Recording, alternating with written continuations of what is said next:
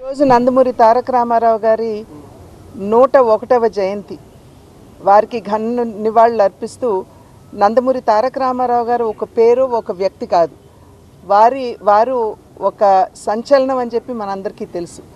ఏ రంగంలో కాలు పెట్టినా కూడా ప్రపంచనాన్ని సృష్టించినటువంటి మహనీయులు వారు. చలనచిత్ర రంగంలో 320 సినిమాలకు పైగా వారు నటించి రాజు నుండి నిరుపేద వరకు, దేవుడు నుండి రాక్షసుడి వరకు, నాయకుడి నుండి ప్రతి నాయకుడి వరకు ప్రతి పాత్రలో జీవించి ఈరోజు తెలుగు ప్రేక్షకుల హృదయాల్లో చెరగని ముద్ర వేసినటువంటి వారు.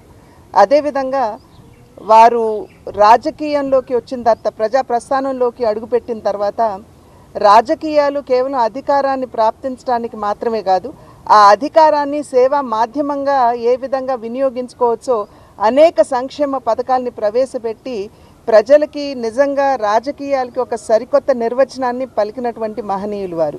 ఈనాడు వారు చిరస్మరణీయులుగా ప్రతి ఒక్కరి తెలుగు హృదయాల్లో ఉన్నారు అని అంటే తెలుగు వారికి ఒక ప్రత్యేక భాష, ఒక ప్రత్యేక చరిత్ర ఉన్నది, వారికి ఒక ప్రత్యేకమైనటువంటి ఉనికి ఉన్నది అని చెప్పి ప్రపంచానికి చాటినటువంటి నేపథ్యంలో ఈరోజు తెలుగు వారందరి హృదయాల్లో కూడా చిరస్మరణీయులుగా వారు నిలిచి ఉన్నారు.